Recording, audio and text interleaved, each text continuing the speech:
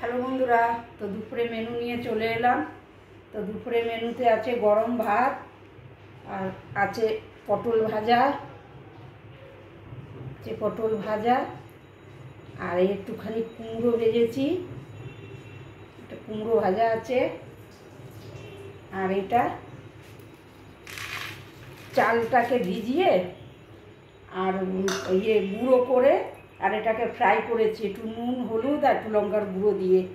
তো বিউলির ডালের সাথে এটা খুব ভালো লাগে, আমার ছেলে খুব ভালো খায়।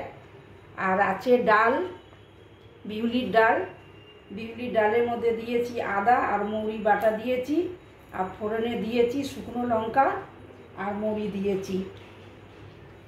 আর আছে এটা পোস্ত, পোস্ততে দিয়েছি কাঁচা লঙ্কা আর পোস্ত বাটা করেছি। তো আজ তো শনিবার, নিরামিষ। আর এটা আছে আম, এটা আছে ল্যাংড়া আম। তো আজকে রান্নাবান্না এই হয়েছে। ভিডিওটা যদি ভালো লাগে তাহলে লাইক শেয়ার সাবস্ক্রাইব করে দিও।